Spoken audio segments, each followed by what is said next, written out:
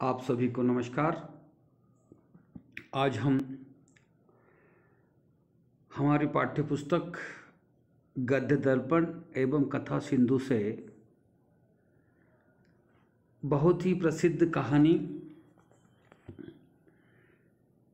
कहानीकार विश्वंभरनाथ शर्मा कौशिक जी की है। कहानी का शीर्षक है ताई। यह कहानी बीए, बीकॉम, बीएससी, बीबीए जो छात्र प्रथम वर्ष में, डिग्री प्रथम वर्ष में द्वितीय भाषा हिंदी से विद्या अर्जित कर रहे हैं, उनके लिए पाठ्यपुस्तक गद्य दर्पण में निबंध होते हैं और कथा सिंधु में कहानी होती है। तो आज हम कथा सिंधु से एक महत्वपूर्ण कहानी, बहुत ही प्रसिद्ध हुई कहानी ताई, कहानी का पठन आपके समक्ष में करेंगे। उससे पूर्व लेखक का परिचय आपके सामने रखने का प्रयास करेंगे।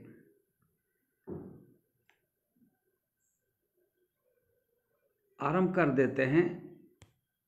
आज हम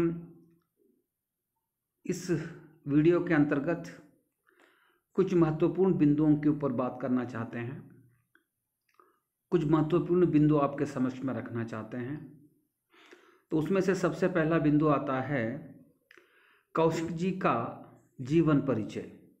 इसके अंतर्गत हम कौशिक जी का जन्म, कौशिक जी की शिक्षा दीक्षा एवं कौशिक जी ने हिंदी साहित्य के लिए कितने काव्यों की, कितनी कहानियों की या एक कितने ग्रंथों की रचना की, उनमें से महत्वपूर्ण ग्रंथ कौन से हैं, या फिर भारत सरकार ने उनकी साहित्यिक सेवा देखकर कुछ उनको सम्मान दिए हैं, किस प्रकार के सम्मान हैं आदि के ऊपर जीवन परिचय के अंतर्गत बात आती है।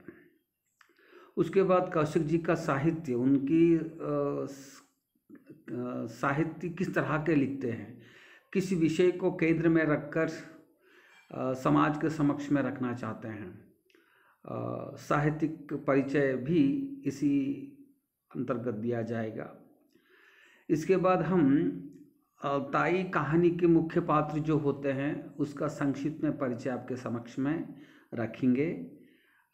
यहाँ तक आज हम इस वीडियो में आपके समक्ष में इसकी चर्चा करेंगे। इसके उपरांत हम दूसरे वीडियो में परिपूर्ण रूपता से कहानी पठन होगी और कहानी के जो महत्वपूर्ण बिंदु है उसके ऊपर बातचीत करने का प्रयास करेंगे। तो आगे बढ़ते हैं, कौशिक जी का जीवन परिचय आपके समक्ष में रखने का प्रयास करते हैं।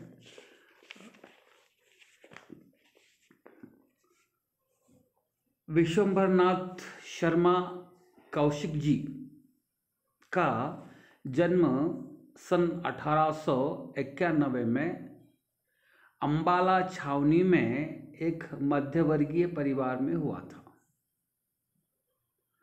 अंबाला छावनी बहुत प्रसिद्ध यह जगह है। ऐसे स्थान के ऊपर इनका जन्म एक मध्यवर्गीय परिवार में हुआ था सन 1891 में, 1891 में। इनके चाचा इंद्रसेन जो कानपुर में वकालत करते थे, उन्हें कोई संतान नहीं थी, अतः कौशिक जी को उन्होंने दत्तपुत्र बना लिया था। विश्वंभरनाथ शर्मा जी कौशिक जी का जो चाचा थे, चाचा का नाम था इंद्रसेन, और ये इंद्रसेन जी कानपुर में तत्कालीन ज़माने में उन कुछ गिने चुने वकीलों में एक प्रसिद्ध वकील भी हुआ करते थे। धन दौलत ऐश्वर्य की कोई कमी नहीं थी, लेकिन इनको संतान नहीं थी। इसीलिए उन्होंने विश्वंभरनाथ शर्मा कौशिक जी को अपना दत्तपुत्र मान लिया था और उनकी शिक्षा दीक्षा आदि का जो भार होता है इन्होंने ही संभाला था। उन्होंने स्कूल में फारसी और उर्दू का अध्ययन किया। विश्वंभरनाथ शर्मा कौशिक जी तत्कालीन ज़माने में जो पाठशालाएं थी वहाँ पर मुख्यतः स्कूल में फारसी और उर्दू का ही बोलबाला था। तत्कालीन ज़माने के जितने भी बड़े बड़े महान विद्वान बने हैं उन्होंने भी उर्दू और फारसी और अन्य भाषाओं का ही अध्ययन किया था। मुख्यतः आपको यहाँ पर मैं प्रेमचंद जी का स्मरण आपके सामने रखना चाहता हूँ, क्योंकि प्रेमचंद भी उर्दू के माध्यम से थे और उन्होंने पहला अपना उपन्यास सोजे वतन जो लिखा था उर्दू में ही लिखा था। फिर बाद में ब्रिटिश वालों ने उनको उसके ऊपर प्रतिबंध लाया और तब से उन्होंने उर्दू में लिखना बंद करके उन्होंने हिंदी में लिखना आरंभ कर दिया और अपना नाम भी बदला कर प्रेमचंद रख लिया था। तो ये कहने का उद्देश्य यही हुआ कि विश्वंभरनाथ शर्मा कौशिक जी ने भी अपना जीवन स्कूल जीवन में फारसी और उर्दू का अध्ययन किया। हिंदी और संस्कृत की शिक्षा उन्होंने घर पर ही प्राप्त की थी। अब हिंदी और संस्कृत ये दोनों की शिक्षा उन्होंने अपने घर पर ही स्वाध्याय के बल पर ही प्राप्त की थी। उसके उपरांत पंडित महावीर प्रसाद द्विवेदी की प्रेरणा से वे हिंदी क्षेत्र में आए। कौशिक जी को हिंदी क्षेत्र में लाने का श्रेय पंडित महावीर प्रसाद द्विवेदी जी को जाता है। द्विवेदी जी ने तत्कालीन ज़माने के जितने भी छोटे मोटे साहित्यकार अभी उभर कर आ रहे थे उनको प्रेरणा देकर उनको हिंदी साहित्य की ओर आकर्षित करने का तत्कालीन ज़माने में बहुत बड़ा प्रयास किया था। पंडित महावीर प्रसाद द्विवेदी की प्रेरणा से ही हिंदी क्षेत्र में आए थे। कौशिक जी एक सफल संपादक भी रहे। उन्होंने प्रभा का संपादन उन्होंने बड़ी सफलता के साथ किया था। कौशिक जी केवल साहित्यकार ही नहीं थे बल्कि साहित्य के साथ साथ वह एक सफल संपादक का भी कार्यभार करते थे। उन्होंने प्रभा ये एक पत्रिका का नाम है जो तत्कालीन ज़माने में बहुत महत्वपूर्ण भूमिका निभाती थी हिंदी का प्रसार करने में। तो उस प्रभा पत्रिका का इन्होंने संपादन बड़े ही सफलतापूर्वक किया था। कौशिक जी की पहली कहानी सन 1912 में, अब देखिए 1891 में 1891 में इनका जन्म हुआ था और इनकी जो कहानी है 1912 में छपी थी। रक्षाबंधन शीर्षक से सरस्वती में प्रकाशित हुई थी। तत्कालीन ज़माने में सरस्वती का बहुत बड़ा योगदान रहा है हिंदी के लिए। सरस्वती ही सबसे श्रेष्ठ पत्रिका मानी जाती थी और उस पत्रिका में अगर किसी का लेख छपता है या किसी की कहानी छपती है तो वह कहानी बहुत ही ऊंचे दर्जे की हो सकती थी। कहने का उद्देश्य यही हुआ। रक्षाबंधन शीर्षक से उनकी पहली कहानी सरस्वती में प्रकाशित हुई थी। उनके 4 कहानी संग्रह बाद में प्रकाशित हुए हैं जो इस प्रकार है। इसके उपरांत 1912 में इन्होंने साहित्यिक क्षेत्र में पदार्पण किया और फिर बाद में उन्होंने पीछे मुड़कर नहीं देखा। फिर धीरे धीरे साहित्य की सेवा करते गए और उनके 4 कहानी संग्रह हमारे समक्ष में आते हैं। उन कहानी संग्रहों में से महत्वपूर्ण कहानी संग्रह जो है वह है कल्प मंदिर। उसके बाद दूसरा आता है चित्रशाला। यह जो चित्रशाला जो है इसको भाग पहला चित्रशाला, भाग दूसरा चित्रशाला, यानी कि चित्रशाला जो है 2 भागों में आपके समक्ष में आती है। तीसरा महत्वपूर्ण उनका कहानी संग्रह आता है मणिमाला, और चौथा और अंतिम कहानी संग्रह आता है कलोभ। ये कौशिक जी की कहानी संग्रह 4 है। कल्प मंदिर, चित्रशाला 2 भाग, मणिमाला और कलोभ। कौशिक जी के माँ और भिकारन नाम से 2 उपन्यास भी प्रकाशित हो चुके हैं। कहानी संपादन के साथ साथ उन्होंने उपन्यास विधाओं में भी महत्वपूर्ण भूमिका निभाई है। इन्होंने 2 उपन्यास भी लिखे हैं। कौशिक जी के उपन्यास है माँ और माँ।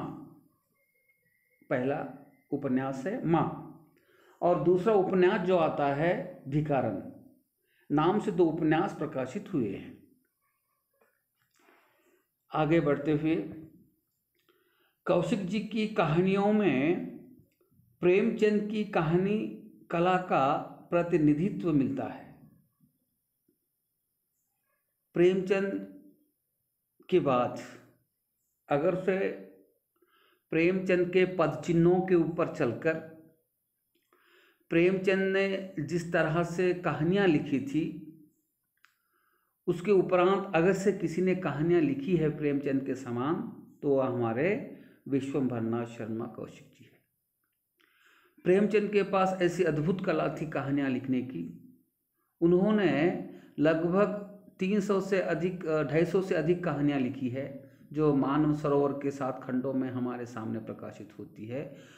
तो उन्होंने कहानी लिखने की जो शैली है, कहानी लिखने का जो विधि है, कहानी किस तरह से लिखी जा सकती है और कहानी के लिए उनको मसाला कहाँ से मिलता है, ग्रामीण प्रांतों में, महानगरों में, उन्होंने ऐसे ऐसे पात्रों को हमारे समक्ष में रखा है। एक बार अगर से कोई भी इंसान कहानी पढ़ लेता है तो उस कहानी की प्रेरणा पाकर अपने भीतर जो कुछ गलतफहमियाँ जो होती है उसको दूर करने का प्रयास करते हैं। तो इस तरह की कहानियाँ तत्कालीन ज़माने में केवल प्रेमचंद बहुत ही लिखते थे। तो उसके बाद अगर से कहानी लिखने की जो परंपरा, उनके पीछे पीछे अगर कोई उसी कहानी परंपरा को आगे बढ़ाते हैं तो उनके पीछे विश्वंभरनाथ शर्मा जी कौशिक जी का महत्वपूर्ण स्थान है। कौशिक जी की कहानियों में प्रेमचंद की कहानी कला का प्रतिनिधित्व मिलता है। उन्होंने सामाजिक, राजनीतिक, हास्य प्रधान तथा अलौकिक घटना प्रधान आदि सभी प्रकार की कहानियाँ लिखी है। विशेष करके 1891 से लेकर 1912 तक का जो समय था, वह समय भारतवासियों के लिए बहुत ही कठिन का समय था, क्योंकि हम पराधीन थे, हम पर ब्रिटिश का साम्राज्य था और हमारे समाज में, भारतवर्ष में चारों ओर समाज धीरे धीरे विघटित होते जा रहा था। हमारे समाज में ऊंच नीच का भेद था, अमीर गरीबी का भेदभाव था, अंधविश्वास था, परंपराएं थी, रूढ़ियाँ थी। देश लगभग अज्ञान में डूबा हुआ था। तो ऐसे संदर्भ में उस माहौल से उभारने का जो कार्य तत्कालीन ज़माने के साधु महात्माओं ने किया, विवेकानंद स्वामी हो या फिर बहुत सारी जो संस्थाएं आई थी, उन्होंने भी कार्य किया था। तो सामाजिक रूप से ही मुख्यतः समाज को सुधारने के लिए काम किया था। तो हमारे कौशिक जी ने भी अपनी कहानियों में सामाजिक विषयों को लेकर कहानियाँ लिखी है। उसके बाद राजनीतिक हास्य परिहास के ऊपर भी बहुत सारी कहानियाँ लिखी है। उसके बाद हास्य प्रधान, फिर कभी कभी हास्य को लेकर ही कहानियाँ लिखी है। आदि सभी प्रकार की कहानियाँ लिखी है। उनकी कहानियों में विशेष करके पारिवारिक जीवन का मनोवैज्ञानिक विश्लेषण मिलता है। मूलतः हमारा देश परिवार को बहुत ही महत्वपूर्ण स्थान देता है अपने जीवन में। तो इनकी कहानियों में पारिवारिक जीवन का मनोवैज्ञानिक विश्लेषण, ये बहुत ही महत्वपूर्ण विश्लेषण होता है। परिवार में सारे के सारे लोग मिलजुल कर ही रहते हैं, लेकिन परिवार के जो बड़े सदस्य होते हैं, छोटे जो सदस्य होते हैं, तो उनको बड़े सदस्यों के दिशा निर्देश के ऊपर ही चलना पड़ता है। तब दिशा निर्देश के ऊपर चलते समय उनके मन में किस तरह का प्रभाव होता है, इसका विश्लेषण इन्होंने बहुत ही सूक्ष्म, अति सूक्ष्म ढंग से करने का प्रयास किया है। मनोवैज्ञानिक विश्लेषण मिलता है। कौशिक जी अत्यंत सफल कथाकार रहे हैं। उनकी कहानियों की कथा वस्तु रोचक से परिपूर्ण है। कहानीकार वही रोचक होता है, कहानीकार वही आदर का पात्र होता है जो हमारी समाज की मूलभूत समस्याएं, जिसके कारण देश आज भी पतन के दहलीज पर पहुंचा है, ऐसे विषयों को लेकर सरल भाषा में आम ग्रामीण जीवन को आकर्षित करने वाले शब्दावली में जो भी साहित्यकार कहानी लिखता है, वह साहित्यकार ही सबसे ऊंचे स्थानों के ऊपर आता है। यहाँ पर आपको एक उदाहरण देना चाहूँगा। आज भी हम बड़े आदर के साथ रामचरितमानस का पठन करते हैं, क्योंकि वह तत्कालीन ज़माने की आम जनता की भाषा रही थी। उसके बाद हम कबीरदास को ही आज हम भुला नहीं सकते हैं। ग्रामीण प्रांतों तक कबीरदास के दोहे आपको सुनने को मिलते हैं। तो उसके पीछे एक ही एक काम है कि आम जनता के हृदय को स्पर्श करने वाली घटनाएं वहाँ पर घटित होनी चाहिए। वही साहित्यकार सबसे श्रेष्ठ साहित्यकार कहा जाता है। उनकी कहानियों की कथा वस्तु रोचकता से परिपूर्ण होती है। कौशिक जी की कहानियों के पात्रों में उनका स्वतंत्र व्यक्तित्व नहीं मिलता है। उनकी जो कहानी के जो पात्र होते हैं, पात्रों में उनका स्वतंत्र व्यक्तित्व नहीं मिलता है। वे परिस्थितियों के वशीभूत रहते हैं। कुछ कहानियों में जो पात्र होते हैं स्वतंत्र रूपता से अपनी कहानियों को बढ़ाते हैं, लेकिन कौशिक जी की कहानियों में इनके जो पात्र होते हैं परिस्थितियों का शिकार होते हुए दिखाई देते हैं। इनकी कहानियाँ कथोपकथन की दृष्टि से बड़ी ही सफल बन पड़ती है। कहानियों में एक कहानी चलते रहती है तो उस कहानी में दूसरी सपोर्टेड एक कहानी आ जाती है। उसको कथोपकथन यानी कि उसमें इस कहानी को और भी पुष्टि करने के लिए छोटी सी कहानी जोड़ी जाती है। तो उसके लिए कहते हैं कथोपकथन की दृष्टि से बहुत ही मन को स्पर्श करने वाली बन जाती है। कथोपकथन नाटकीय सौंदर्य की सृष्टि करते हैं। उनमें कहीं भी शीतलता नहीं है। कथोपकथन के द्वारा ही कथानक का विकास होता है। कौशिक जी की कहानियों में स्थान, काल और प्रभाव का समन्वय प्रहा ही नहीं मिलता है। यानी कि मुख्य घटना, कुछ कहानियाँ एक प्रांत से संबंधित होती है, कुछ घटनाओं के केंद्र में इर्द गिर्द कहानियाँ घूमते रहती है, लेकिन लेखक यहाँ पर बताने का प्रयास करते हैं कि कौशिक जी की कहानियों में स्थान, कला और प्रभाव का समन्वय प्राय नहीं मिलता। यानी कि ये कहानी किसी क्षेत्र तक ही सीमित नहीं रहती है।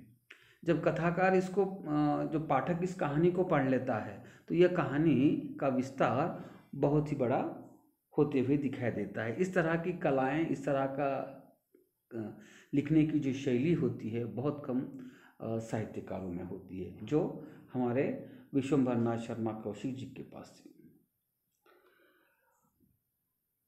उद्देश्य की दृष्टि से कौशिक जी की कहानियाँ सफल बन पड़ी है। यानी कि जब ये कहानी आरंभ कर देते हैं तो अंतिम समय में इस कहानी का उद्देश्य स्पष्ट रूप से हमारे समक्ष में आता है। तो उद्देश्य प्रधान कहानियाँ कि अगर से ये पात्रों को हम लेते हैं तो अंतिम समय में हमें क्या करना चाहिए, ये उद्देश्य बहुत ही महत्वपूर्ण होता है। प्रेमचंद की पहली कहानियाँ जो थी उद्देश्यपूर्ण थी, बाद में धीरे धीरे समय के साथ साथ उन्होंने अपने शैली को, कहानी लिखने के तरीके को आगे बढ़ाया। वे जिस उद्देश्य को लेकर कहानियाँ लिखना आरंभ करते थे उसकी अभिव्यक्ति बड़ी ही सुंदरता से हो जाती थी। कौशिक जी के पास एक बहुत ही सुंदर सी कला थी। कहानी का आरंभ जैसे करते थे, जिस उद्देश्य के साथ करते थे, तो उस उद्देश्य को अंतिम तक निभाते थे और स्पष्ट रूप से उस कहानी का उद्देश्य हमको प्रतिबिंबित होता था कि आगे जाकर क्या होने वाला है। उनकी भाषा एकदम सरल, सुबोध और प्रभावमयी है। उसमें स्वाभाविकता है। भाषा जब सरल हो जाती है पाठक के मन को वह स्पर्श कर जाती है। कथाकार जो भी कथित करता है तब पाठक को ऐसा लगता है ये जो बातें हैं मेरे जीवन में घटी है। इसलिए लेखक जो होते हैं उनको भाषा की ओर महत्वपूर्ण ध्यान देने की आवश्यकता होती है। प्रेमचंद की भाषा बहुत ही सरल भाषा थी और कौशिक जी की भाषा उसी परंपरा को आगे बढ़ाते हुए इस कथा क्षेत्र में पदार्पण करते हैं।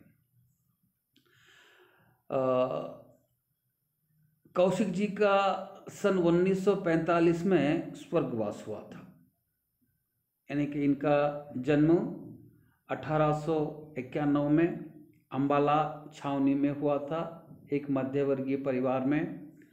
और इन्होंने अपना जीवन आरंभ करते करते 1912 में यह उनका पहला कहानी संग्रह प्रकाशित होता है रक्षा बंधु शीर्षक से, सरस्वती तत्कालीन ज़माने की महत्वपूर्ण पत्रिका में। उसके बाद धीरे धीरे उनके 4 महत्वपूर्ण कहानी संग्रह आ जाते हैं। उसके बाद उनके 2 उपन्यास भी प्रकाशित हो जाते हैं और इन्होंने कुछ समय तक एक पत्रिका का संपादन का कार्य भी आरंभ कर दिया था। यह प्रेमचंद के परंपरा को आगे बढ़ाने वाले उस कथाकारों में से एक थे। ऐसे महान प्रतिभा संपन्न साहित्यकार आदरणीय विश्वंभरनाथ शर्मा कौशिक जी का स्वर्गवास 1945 में हुआ था। अब हम संक्षिप्त में इस ताई कहानी में कौशिक जी ने किस विचारों को आप तक पहुंचाने का प्रयास किया था, इसके बारे में कुछ महत्वपूर्ण बिंदुओं के ऊपर चर्चा करेंगे। फिर इसके बाद कहानी के जो पात्र होते हैं उसके पात्रों के बारे में चर्चा कर सकते हैं। आरंभ कर देते हैं। ताई कौशिक जी की श्रेष्ठ कहानी है। इस कहानी में उन्होंने पारिवारिक जीवन को मनोवैज्ञानिक धरातल पर प्रस्तुत करने की चेष्टा की है। कौशिक जी की यह कहानी बहुत ही श्रेष्ठ है। इस कहानी में उन्होंने मुख्यतः एक परिवार को लिया है और एक परिवार में पति पत्नी बच्चे उनके बंधुजन, उनके जीवन में किस तरह के समय समय के ऊपर परिवर्तन आते हैं, उनके विचार कैसे बदलते रहते हैं, ऐसा इन्होंने मनोवैज्ञानिक धरातल पर इस कहानी में एक परिवार का चित्रण प्रस्तुत किया है। ताई इस कहानी की प्रमुख पात्रा है। ताई कहानी में महत्वपूर्ण भूमिका निभाती है। ताई उसकी चरित्रगत रेखाओं को जिस सामान्य मनोवैज्ञानिक धरातल पर उभारा गया है वह कौशिक जी की सूक्ष्म दृष्टि एवं कहानी कौशल्य को प्रकट करता है। नारी के मन की दशा को बड़े ही बारीकी से, अगर उसके विचारों को, उसके भावों को पति के द्वारा कभी कभी किस तरह से उनके मन में विचार उत्पन्न होते हैं आदि का चित्रण बहुत ही सूक्ष्म दृष्टि से कौशिक जी ने किया है। तो यह कौशिक जी की कहानी कौशल को प्रकट करता है, यानी कि नारी के मन की बातें उभार कर पाठकों के सामने रखना ये कोई मामूली बात नहीं होती है। बहुत कम बुद्धिजीवी होते हैं वही इस तरह की कहानियाँ लिख सकते हैं। उन बुद्धिजीवियों में से एक है जो मनोवैज्ञानिक धरातल पर उभारा गया है। वह कौशिक जी की सूक्ष्म दृष्टि एवं कहानी कौशल्य को प्रकट करता है। पारिवारिक जीवन के सुख, आदर्श एवं तत्संबंधी मूल्यों को उभारना ही कहानीकार का प्रमुख उद्देश्य है। इस कहानी में महत्वपूर्ण बिंदु यहाँ पर आपको देखने के लिए मिलते हैं। इस कहानी में जीवन के सुखद आदर्श और तत्संबंधी मूल्यों का उभारना ही इस कहानी, पारिवारिक जीवन के सुखी नहीं बल्कि उस पारिवारिक जीवन के आदर्श, तत्संबंधी मूल्यों को उभारना ही कहानीकार का प्रमुख उद्देश्य है। पारिवारिक जीवन के सुख, आदर्श और तत्संबंधी मूल्य, इन दो बातों को इस कहानी में महत्वपूर्ण स्थान दिया गया है। उस परिवार के आदर्श क्या है, उस परिवार के सुख किस प्रकार के आते हैं। अतः इसमें उन्होंने प्रेम की प्रतिष्ठा कर सुकर्मों को सुगत परिमाणों की प्रस्तुति की है। इस कहानी में ताई अथवा उनका नाम है रामेश्वरी को माता बनने का सौभाग्य प्राप्त नहीं हुआ था। इस कहानी की जो मुख्य नायिका है, इस कहानी उसके ही इर्द गिर्द घूमती है। ताई का पूरा नाम था रामेश्वरी। बच्चा उसको ताई के नाम से संबोधित करता था। तो रामेश्वरी के माता बनने का सौभाग्य प्राप्त नहीं हुआ। रामेश्वरी को पुत्र प्राप्त नहीं हुआ था। जब एक महिलाओं को सबसे बड़ी खुशी और सबसे बड़ा आनंद उस परिवार में अगर से मिलता है तो पुत्र के द्वारा ही मिलता है। आनंद ही नहीं बल्कि स्वयं वो बहुत सारी वेदनाएं, बहुत सारे कष्टों को झेलकर अपने बच्चों को जन्म देती है। जन्म देते समय अनेक यातनाओं को झेलने के उपरांत भी वो जो सुख का अनुभव करती है तो वह केवल नारी का परिपूर्ण जीवन संतति में ही होता है। लेकिन दुर्भाग्यवश ताई रामेश्वरी को माता बनने का सुख प्राप्त नहीं हुआ था, किंतु उनके हृदय में भी ममत्व तथा स्नेह था जिसका विकास नहीं हुआ था। अब ये नहीं कह सकते जिसको संतान नहीं होती है उसके मन में प्रेम की भावना नहीं होती है, ऐसा नहीं है। ताई के मन में प्रेम की भावना थी, स्नेह की भावना थी, ममत्व था, लेकिन अपने संतान ना होने का दुख सबसे भारी उनके दिमाग में चलता था। इसलिए उनके ममत्व का, उनके स्नेह का, उनके प्रेम का उतना विकास नहीं हुआ। उसी में वो दबकर रह गया था। वह अपने देवर के बेटे, जो उसका नाम मनोहर है, जो 5 वर्ष का बालक है, मनोहर को पराया समझकर उसकी सदा उपेक्षा करती थी। यही एक कारण था कि उसको संतान नहीं थी और संतान ना होने के कारण उनका जो वात्सल्य था, ममत्व था, स्नेह था, उसका पूर्ण रूप से विकास नहीं हुआ था। जब वो मनोहर को देखती थी तो वह भीतर भीतर प्रेम करती थी, लेकिन जब अपना और पराया ये शब्द जब आता था तो उसके मन में मनोहर के प्रति तिरस्कार की भावना जागृत हो जाती थी। अंत में मनोहर के प्रति जब वह ममत्व की वर्षा करती है तब उसमें पाठक भी द्रवित हो जाते हैं।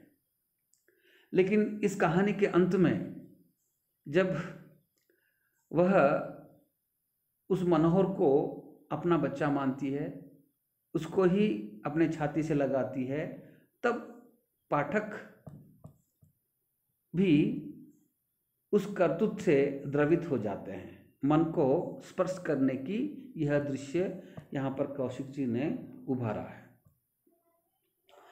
नारी की मनोभावनाओं की सुंदर झांकी इसमें प्रस्तुत की गई है। विशेष करके एक पुरुष नारी के हृदय की बातें प्रस्तुत करता है तब बहुत ही सूक्ष्म अध्ययन उनके पास होता है, क्योंकि जैसे कि सूरदास ने माँ यशोदा के माध्यम से जो बालक श्री कृष्ण का सौंदर्य जो देखा था वह अद्भुत कला थी। यानी कि नारी के हृदय को, नारी का हृदय मनोवैज्ञानिक दृष्टि से पर उसके ऊपर शोध करना ये बहुत कठिन कार्य होता है। चलो, नारी की मनोभावनाओं की सुंदर झांकी विश्वंभरनाथ शर्मा कौशिक जी ने इस कहानी में प्रस्तुत की है। इसमें बताया गया है कि ममत्व से प्रेम उत्पन्न होता है। ममत्व यानी कि ममता, ममता से प्रेम की उत्पत्ति होती है और प्रेम से ममत्व, ये दोनों को हम विभाजित नहीं कर सकते हैं। जैसे कि एक बंदे के दोनों पहलू होते हैं, दोनों पहलू अगर से है तो ही वह रुपया मार्केट में चल सकता है। इसीलिए लेखक बताते हैं ममत्व से प्रेम की उत्पत्ति होती है और प्रेम से ममत्व की। दोनों कभी पृथक नहीं, एक नहीं किए जा सकते। इनको दोनों को अलग अलग नहीं किया जा सकता। बस इस कहानी में ममत्व और प्रेम को अलग अलग नहीं किया जा सकता है। अंतिम कहानी के अंतिम रूप में बताने का प्रयास करते हैं। ये हुआ तुम्हारे विश्वंभरनाथ शर्मा कौशिक जी का संक्षिप्त में जीवन परिचय। अब हम थोड़ा देख लेते हैं इस कहानी के कुछ महत्वपूर्ण पात्र जो हैं आपके सामने रखने का प्रयास करते हैं। इस कहानी के मुख्यतः 3 पात्र हमारे समक्ष में आते हैं। वैसे तो बहुत सारे पात्र हैं, लेकिन महत्वपूर्ण भूमिका में 3 पात्र आ जाते हैं। उसमें से मुख्य पात्र आता है रामजी दास। ये बाबू रामजी दास एक धनी आदमी हैं, कपड़े की आड़त का काम करते हैं, लेन देन भी इनका चलता है। ये कहानी के मुख्य पात्र हैं। दूसरी बात है, दूसरा पात्र जो आता है रामेश्वरी। रामेश्वरी को हम इससे पहले ताई के नाम से जान चुके हैं, यानी कि मनोहर बाबू रामजी दास जी की जो पत्नी होती है उसे ताई नाम से जानता है, पुकारता है। रामेश्वरी रामजी दास की धर्मपत्नी है। वह ईश्वर के ऊपर विश्वास रखने वाली है। वह इसलिए दुखी है कि केवल उसके अपनी निजी की संतान नहीं है, और रामजी दास मनोहर के ऊपर अटूट प्रेम करता है। दोनों का प्रेम देखकर इसके मन में थोड़ा रोष आ जाता है। दोनों का संवाद बड़े ही, क्या कहेंगे, नोक झोंक से चलते रहता है। एक प्रसंग आता है, रामेश्वरी अपने पति से कहती है, आप तो साधु बाबाओं की बातें, पोथी पुराणों की बातें के ऊपर विश्वास ही नहीं रखते हो। आप समझते हो कि सारे के सारे आप लोग सभी बुद्धिजीवी हो, वैज्ञानिक हो। ऐसा नहीं है, साधु महात्माओं के ऊपर भी विश्वास रखना पड़ता है। फिर वह कहती है कि इस दुनिया में केवल नाम पुत्र से ही चलता है। तब रामजी दास जी कहते हैं कि बहुत बड़े बड़े ऐसे विद्वान होकर चले गए हमारे समाज में। उदाहरण अर्थात तुलसीदास को कोई पुत्र नहीं था, लेकिन उनका नाम आज भी बड़े आदर के साथ हमारा समाज लेता है। सूरदास को कोई पुत्र नहीं था, फिर भी उनका नाम बड़े आदर के साथ हम लेते हैं। इस तरह से विवेकानंद स्वामी को पुत्र नहीं था, वो सन्यासी थे, उनका नाम बड़े आदर के साथ लेता है। यानी कि नाम के लिए पुत्र की आवश्यकता नहीं होती है, कार्य की आवश्यकता होती है। और इस तरह का जो वाद संवाद दोनों के भीतर चलता है, तो रामेश्वरी भी उसका खंडन करती है। तो ये रामेश्वरी इस कहानी की महत्वपूर्ण भूमिका निभाती है। उसके बाद आते हैं मनोहर। ये मनोहर रामजी दास का जो छोटा भाई है, उसका नाम है कृष्णादास। कृष्णादास का यह सुपुत्र है जो 5 वर्ष की आयु का है। इनको एक छोटी सी, एक नन्ही सी मुनिया बहन है। उस बहन का नाम चुन्नी है। वो गौण पात्र के रूप में आती है। तो इस तरह से इस कहानी के हम मुख्यतः 3 पात्रों को लेकर आगे इस कहानी की चर्चा करेंगे, और इस कहानी को हम दूसरे भाग में आपके सामने विचार विमर्श के लिए रखेंगे। कहानी के पक्ष विपक्ष जो भी है आपके समक्ष में रखने का प्रयास करेंगे। आज आपने मेरे वीडियो को सुना। जो बच्चे BA, BCom, BSc, BBA जो प्रथम वर्ष में द्वितीय सेमेस्टर के जो छात्र हैं, जो छात्र द्वितीय भाषा हिंदी के रूप में अध्ययन ग्रहण कर रहे हैं, उनके लिए ये जो कहानी है, आपको यह कहानी कथा सिंधु से आती है। द्वितीय सेमेस्टर के लिए आपने मुझे सुना, इसके लिए आपसे हम हृदय की गहराई से धन्यवाद देते हुए इस वीडियो को यहीं पर समाप्त करते हैं। धन्यवाद।